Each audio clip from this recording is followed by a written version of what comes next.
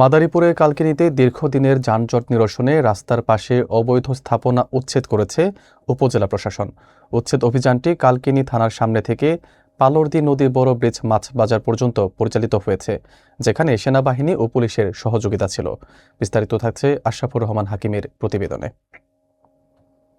মাদারীপুরের কালকিনিতে যানজট নিরসনে গুরুত্বপূর্ণ পদক্ষেপ হিসেবে রাস্তার পাশে অবৈধ স্থাপনা উচ্ছেদ অভিযান চালানো হয়েছে। উপজেলা প্রশাসন সহকারী কমিশনার ও নির্বাহী ম্যাজিস্ট্রেট মাহবুবা ইসলামের নেতৃত্বে অভিযানটি দুপুরে কালকিনি থানার সামনে থেকে পালরদি নদীর বড় ব্রিজ মাছ বাজার পর্যন্ত পরিচালিত হয়। অভিযান চলাকালীন সময়ে রাস্তার পাশে বহুতল ভবনের নির্মাণ সামগ্রী অবৈধভাবে রাখার কারণে পথচারীদের চলাচলে ব্যাঘাত সৃষ্টি হওয়ায় কয়েকজনকে জরিমানা করা হয়।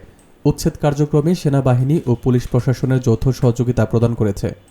স্থানীয়রা জানাচ্ছেন, দীর্ঘদিন ধরে চলমান যানজট সমস্যার সমাধানে এই উদ্যোগটি কার্যকর ভূমিকা রাখবে।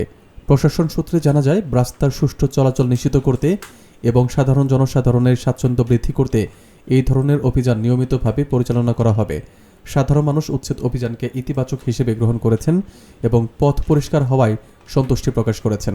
প্রশাসন আরও জানিয়েছে, আগামীতে আইন অমান্যকারী স্থাপনাগুলো নিয়মিত নজরদারির মাধ্যমে রাস্তায় অযাচিত বাধা প্রতিরোধ করা হবে। ইউপি সদস্য আনিসুর রহমান, আজকে যে ম্যাজিস্ট্রেট আছে কালকে আমরা খুবই ধন্য এবং দোকানবাসী আমাদের যদি কোনো রাস্তাঘাটে দোকানপাটের ক্ষয়ক্ষতি হয়ে থাকে তো আমরা ধন্য, কারণ আমাদের কালকিনিতে যানজটের সমস্যা তার থেকে আমরা হাজার গুণ লাভবান হয়েছি। আজকে আমরা সবাই ধন্যবাদী কালকিনিবাসী। আজকে দেখার সৌন্দর্য দেখার মতো পরিবেশ হয়েছে। আজকে যে এটা জনসাধারণের জন্য আজকে অভিযানটা শুরু হয়েছে। অভিযানটা আমরা দেশবাসী সবাই ধন্য, সবাইকে আমি ধন্যবাদ জানাচ্ছি। আমি বাজার কমিটির সাংগঠনিক সম্পাদক মোহাম্মদ মেসারউদ্দিন মির্জা। আশা করি প্রশাসনের এই যানজট নিরসনের জন্য এই যে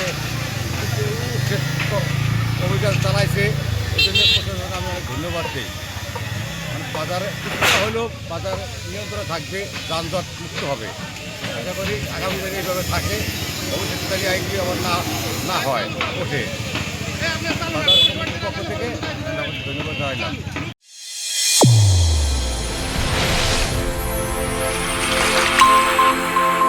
চ্যানেল A1 হৃদয়ের স্পন্দন।